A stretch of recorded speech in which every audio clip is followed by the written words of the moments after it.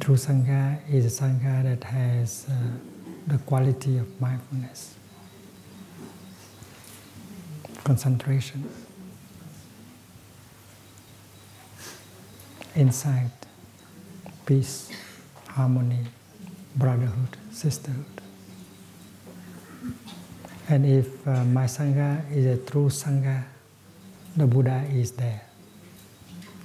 So when I breathe out, I greet the Buddha in the Sangha. Dear Buddha, I know you are there, because the true Sangha is there.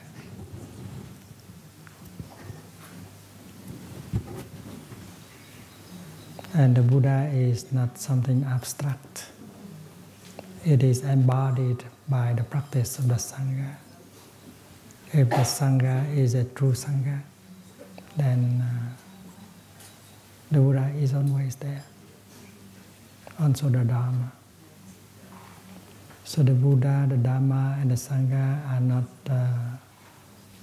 something that is far away. It is right here, right now, in every one of us and in our Sangha. Breathing in, I'm aware that the true Sangha is there. Breathing out, I smile to the Buddha in the Sangha.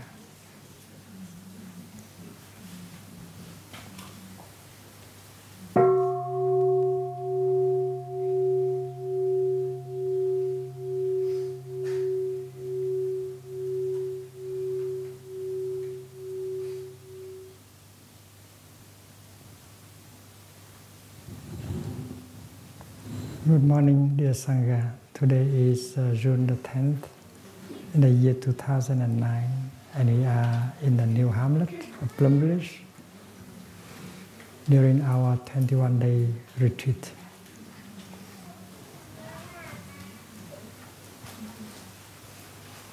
The teaching on love in the Buddhist tradition is very clear. We all need love, and love makes us happy. And if love does not make us happy, it's not love. It's something else. But the word love has so many meanings. We have abused the word love.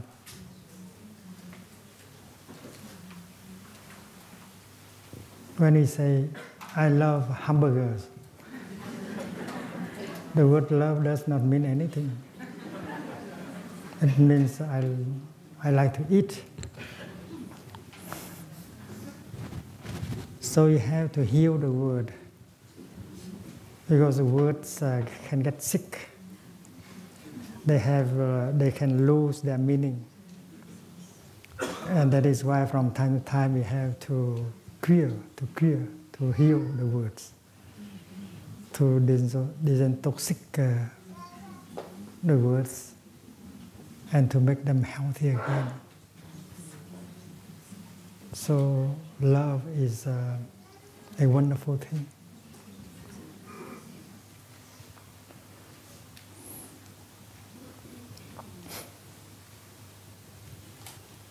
In the Buddhist teaching, to love is to be able to bring happiness, to offer happiness.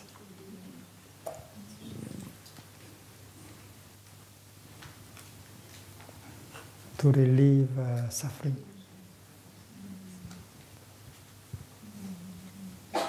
To offer joy. And to transcend all kind of separation, barrier. Maitri, metta, is the first element of love.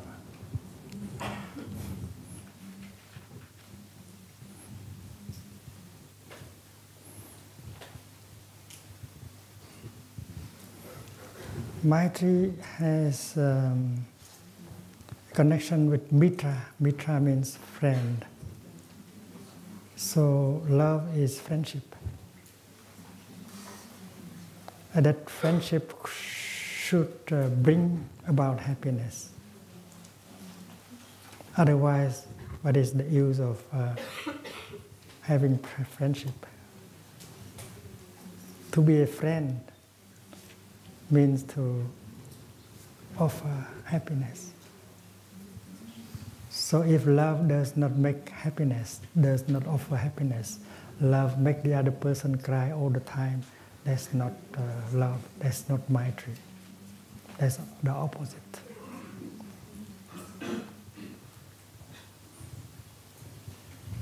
Maitri has been translated in English as loving kindness.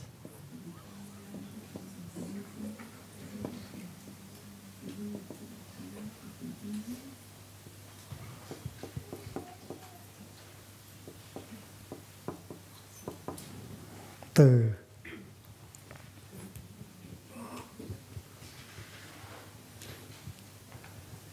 loving kindness should be able to offer happiness. So true love must have that element.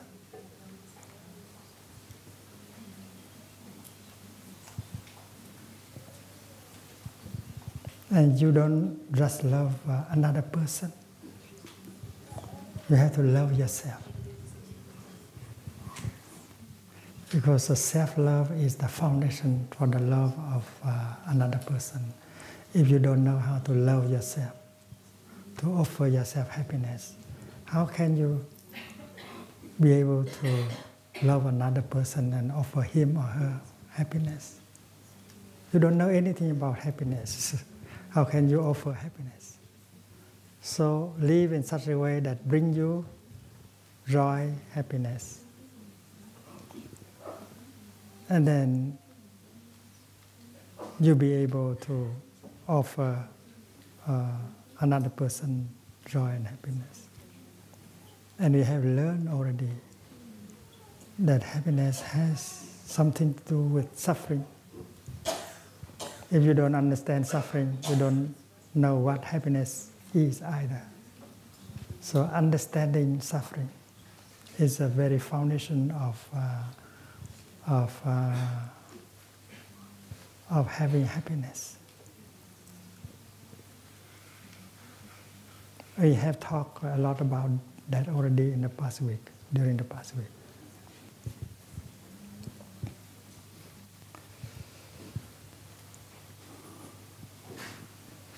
We have learned that a good practitioner knows how to deal with the suffering inside.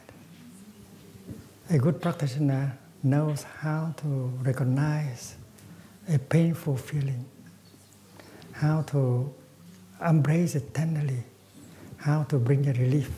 That's love already. If you don't know how to handle a painful emotion, a painful feeling in you, how you can help another person to do that? So self-love is crucial for the love of another person. So a good practitioner always learn how to recognize the pain, the painful feeling and emotions in him or in her, how to not to fight them, but to accept them, to embrace them, and to transform to get a relief. That is already love. And that is the second element of love, which is karuna.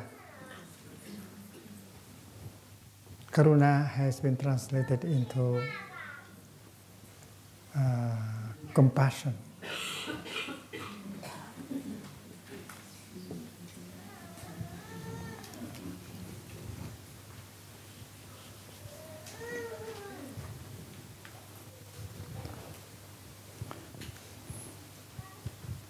Karuna is the capacity of relieving the suffering, of removing the suffering, of transforming the suffering. You love someone, you see him suffer so much,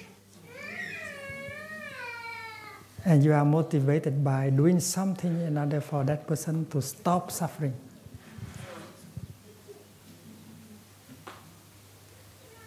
But if you don't know how to handle the suffering in you, how can you help the other person to handle the suffering in him or in her?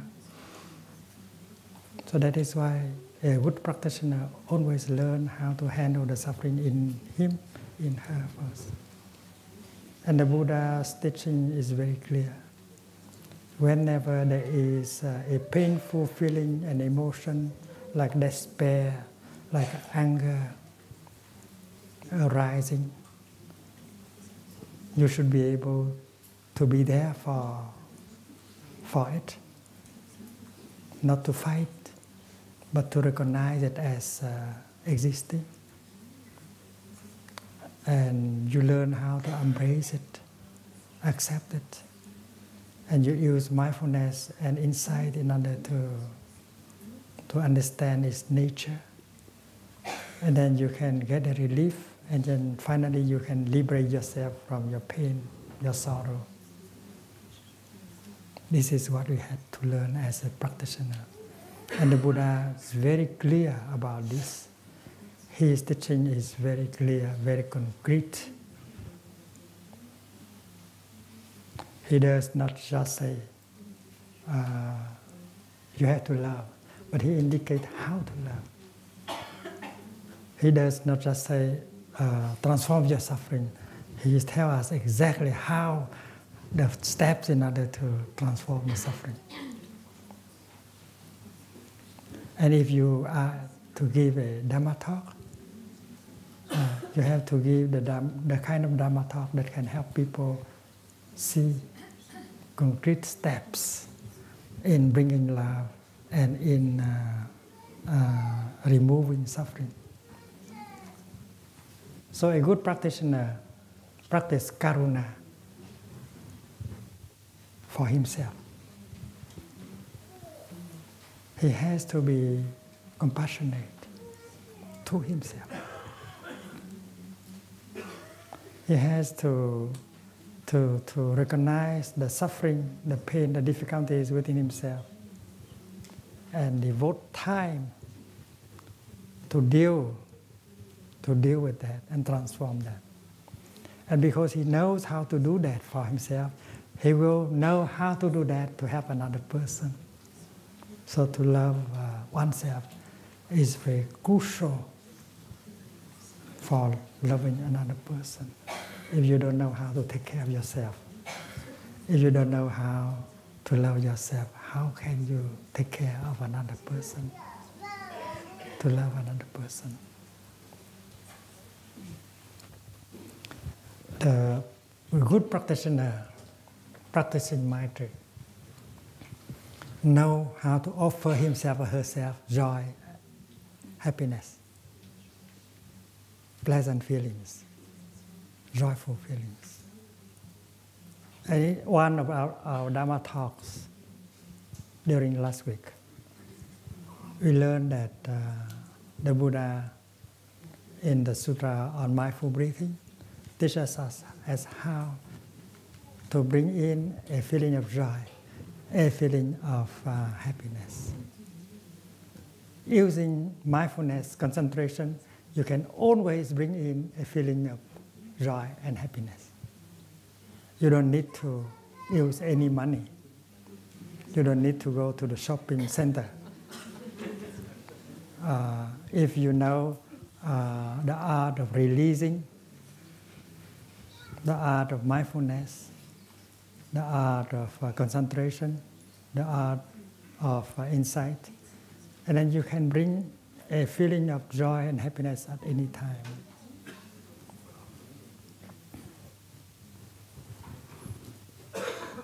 Joy, mudita,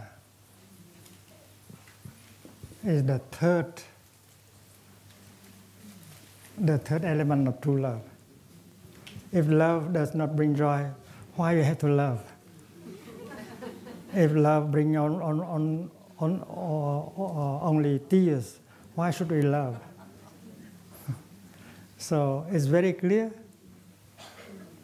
that true love should have joy. And you have to provide you with joy. And there must be ways in order to bring joy to yourself. And if you know how to bring joy to yourself, you know how to bring joy to him and to her and to the world. So simple. And mudita has been translated by joy, or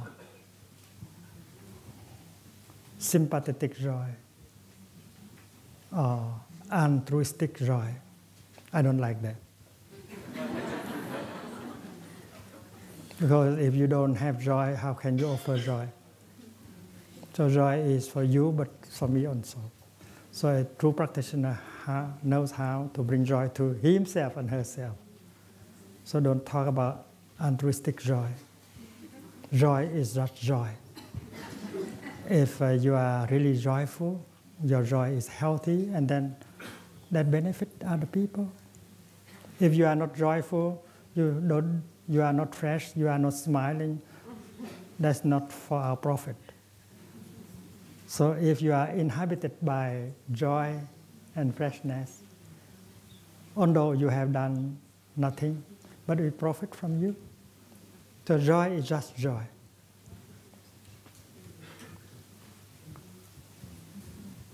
So the Buddha advised us to generate the energy of joy, of happiness, of compassion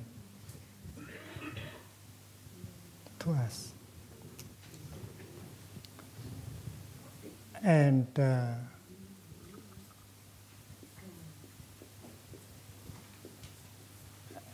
the first recommendation made by Buddha is to leave it behind. There are things you can release. There are things you can let go. And that alone can bring joy and happiness. And this is an art.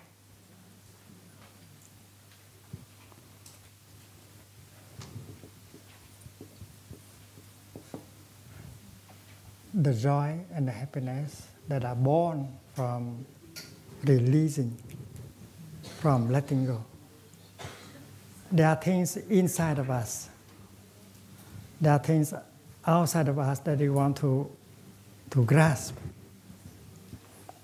And if we have enough insight, we can let them go. And suddenly we have a lot of joy. So the first tactic adopted by true practitioners is to learn how to release, how to let go.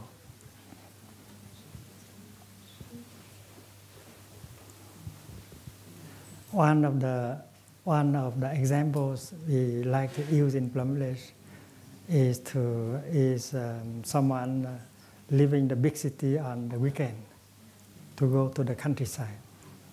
The city is noisy, polluted,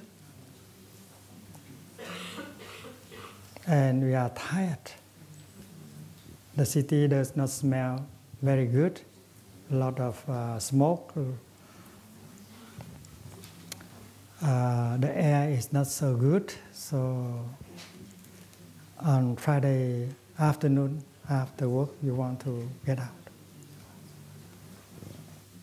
It may take you 45 or 1 hour to get out of the city. And after that you begin to drive among rolling hills. You begin to see the sky, the trees. You begin to hear the birds and you breathe the fresh air. And you feel so happy. You feel liberated. If you have not left the city behind, how can you have that joy? So leaving the city behind is a condition of happiness. if you are caught in something, especially when you think that that something is so crucial to you, so you keep get caught in that, and you continue to suffer, and you still believe that you need that. But in fact, that may be an obstacle for your happiness. So if you have enough insight, you have enough courage to let it go. And after that, you feel free. You feel free.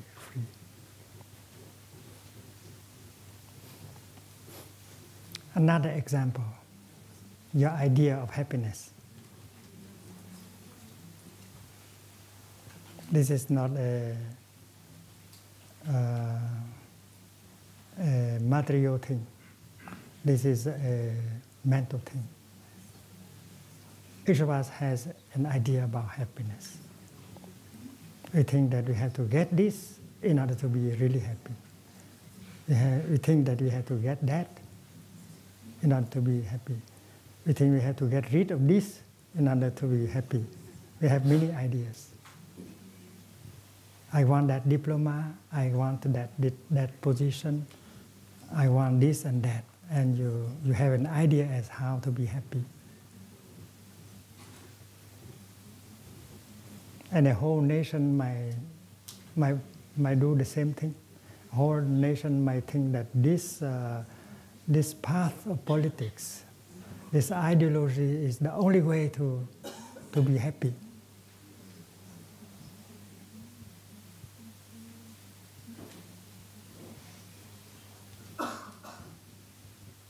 Suppose you are a communist and you think that Marxism, communism is the only way to happiness.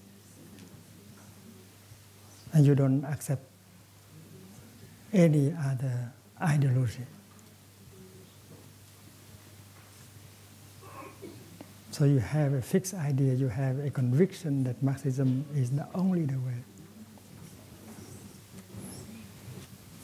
Or if you are a Buddhist and you think that Buddhism is the only way, and you get caught in the idea of Buddhism. But fortunately, the Buddha tells you that Buddhism is made only of non-Buddhist elements. And during the last week, we only spoke about one thing: to release any kind of ideas, of notions, of views, including the views of Buddhism. So you have an idea about happiness. And maybe you have not been able, if you have not been able to be happy, maybe because of that idea. Release that idea and happiness can come more easily.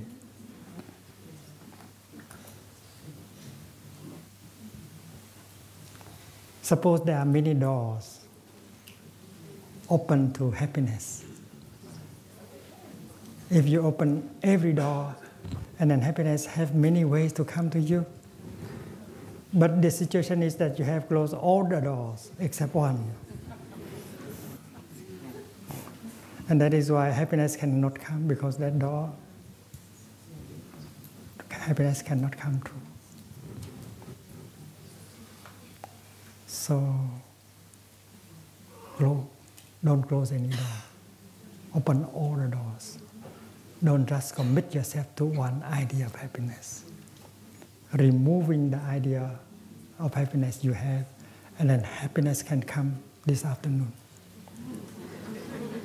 So releasing here is releasing an idea.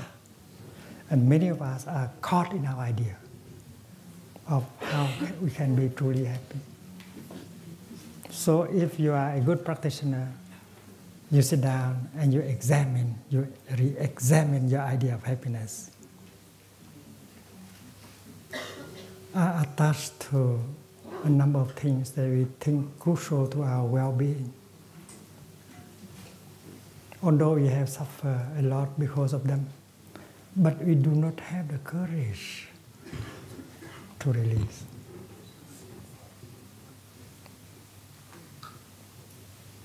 We thought that it could not be safe for us to release it. But in fact, the truth may be that we have continued to suffer just because of that. That may be a person.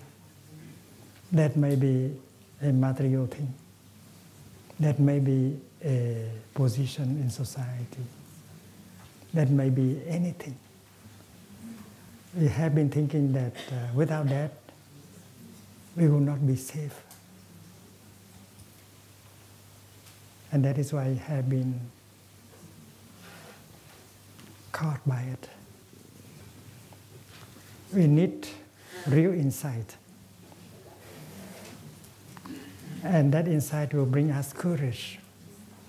And only with that courage that we can release it. And finally we find free. We feel free. And happiness is possible. So everyone has to decide for himself, for herself. This is the teaching of the Buddha. Many of us get caught in things that we think to be crucial to us. We are not a free person because of that. That is why joy and happiness can be born from releasing, letting go. There's a story I found in the sutras. One day the Buddha was sitting with his monks. They have just finished their lunch together in mindfulness. Suddenly a farmer came by. He suffered so much, he said,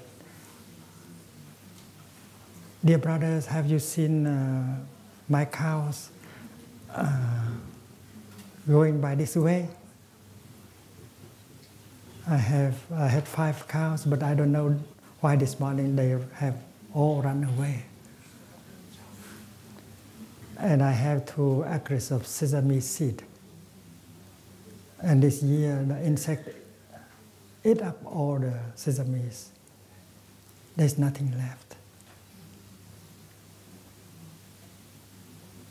I think I'm going to commit suicide.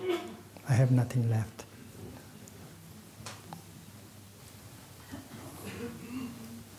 The Buddha, with compassion, looked at him and said, "Dear friend, we have been sitting here for more than 1 hour. We have not seen any cows going this way. So please look for them in the other direction." So the farmer left, and the Buddha turned around and looked at his monks. A few dozens of monks sitting with him. And he smiled.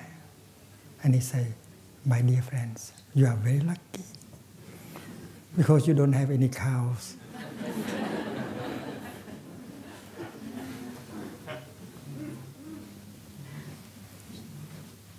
And these cows represent what you are caught in. So the practice is how to learn how to release the cows. So sit down and breathe in and out in mindfulness and concentration, and identify your cows. Call your cows by their true name. And to see whether you have the capacity of releasing any of them. The more you release, the happier you become. If they are cows. So cow releasing is an art, is a practice. And that idea of happiness you have is a strong cow. It needs great insight and courage in order to release that. And with freedom, happiness can come very easily. Suppose you want something very much, and you think that if you don't get that something, happiness will not be possible. You get caught in that idea. Because in reality, there are those who don't have that, but they are perfectly happy. Why not you? So there must be insight. So it is insight, right view, that saves us. And in the Buddhist tradition, we speak about salvation, emancipation, by insight, not by grace.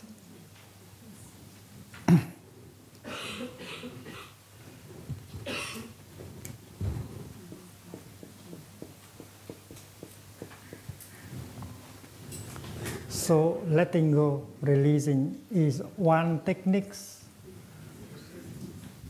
that can bring about joy and happiness.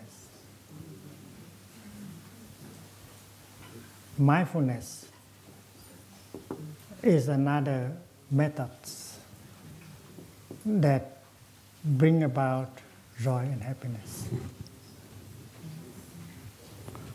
Suppose you are a young person.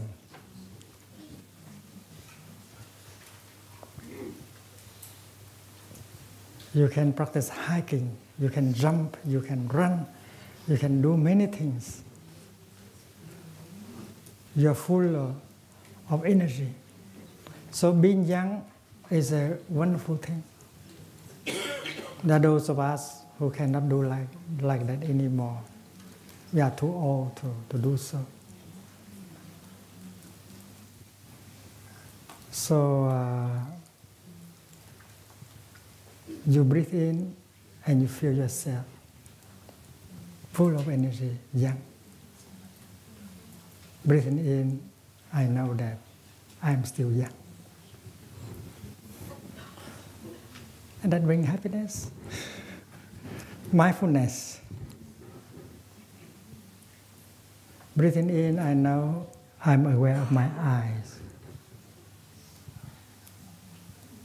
Breathing out, I smile to my eyes.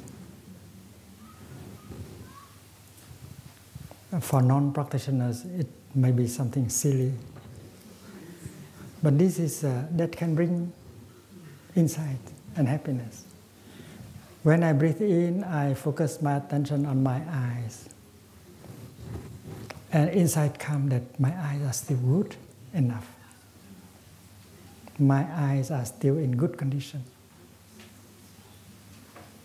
It's wonderful to have eyes still in good conditions, because you need only to open your eyes in order for you to enter into a paradise of forms and colors. Spring is there. There is a paradise there. And because you have eyes in good conditions, you can enter the paradise easily. You don't have to make any effort. Just open your eyes. For those of us who have lost our eyesight, the paradise is no longer available. And our deepest wish is to recover our eyesight in order to see the paradise again. But now we still have eyes in good condition. So breathing in, I'm aware of my eyes. They are in good conditions. So in the insight comes that you have a condition of happiness that is there. And you need to open your eyes in order to make the paradise of forms and colors available. And that is mindfulness. Mindfulness brings joy. Mindfulness brings happiness. Mindfulness tells you that you are still young. Mindfulness tells you that your eyes are in good conditions. Breathing in, I'm aware of my heart. You recognize your heart, and you know that your heart still functions normally. And it's very crucial. It's very wonderful to have a heart that still functions normally. There are those of us who don't have a heart like that. They are very fearful. They may get a heart attack at any time. They live in fear. We don't have that. So every time we are mindful of our heart, a heart that functions normally, we feel happy. And happiness just comes like that in 1 second with mindfulness. So mindfulness helps us to recognize the many conditions of happiness that are inside of us and around us. And that is why we have to remember that mindfulness is a source of happiness. It's a source of happiness. You don't need money. You don't have to go to the shopping center. You just need mindfulness. You have the capacity of letting go. Now you have the capacity of being mindful. And being mindful, you get in touch with the many conditions of happiness that are already available.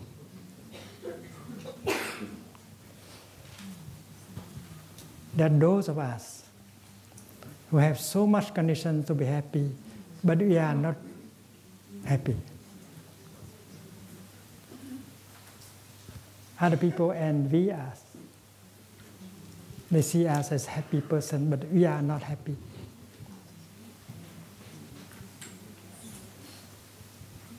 We have so many conditions of happiness, but we don't recognize them, we don't treasure them. And that is why sit down, use a sheet of paper and write down the conditions of happiness that you are having. You need 1 page, but after having filled 1 page, you need another page. And after 2 pages, you think that you still have other conditions of happiness. You continue on. You need many, many pages in order to write down that. So you recognize the conditions of happiness that you have. And if you need, you can ask a friend. Dear friend, what conditions of happiness I am having now? Please tell me, I forget. It's like a game, but this is meditation. You come back to your condition and you recognize every condition of happiness that you are having. My eye is in good condition. My heart still functions normally. And thousands and tens of thousands more of conditions like that. And yet we are not happy if we don't recognize them. So mindfulness is to bring your mind back to your body, to be fully present in the here and the now, and recognize that it's wonderful, this world. It's wonderful, the wonders of life. I am here. This is the kingdom of God. This is the pure land of Buddha. I can spend every second, every minute to enjoy. And happiness may be more than you can handle. Happiness may be more than you can handle. It's like a bakery. You go into the bakery and you are free to eat. You are embarrassed. You don't know how to begin.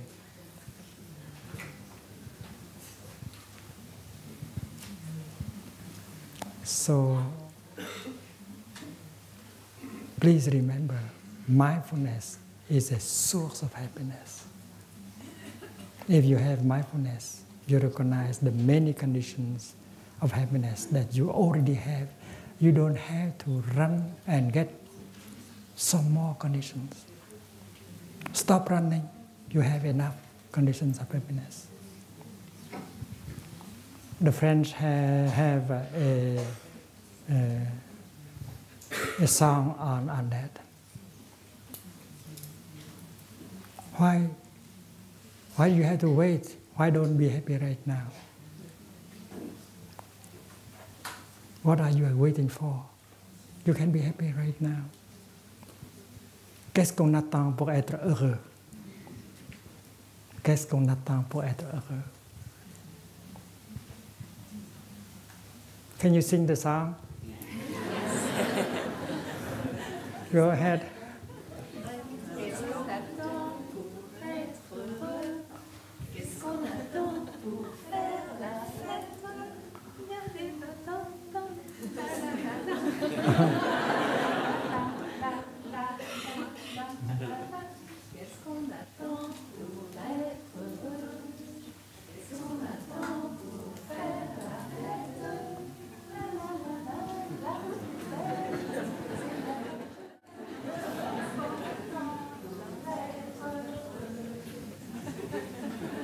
We have to sing that more often.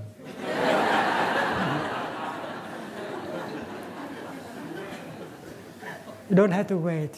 You can celebrate now. Celebrate life and happiness, right? And every step, every in-breath can be a celebration of happiness. Mindfulness is that. And that is why in a practice center, what we do every day is to cultivate mindfulness. And then we have other sources of happiness like concentration.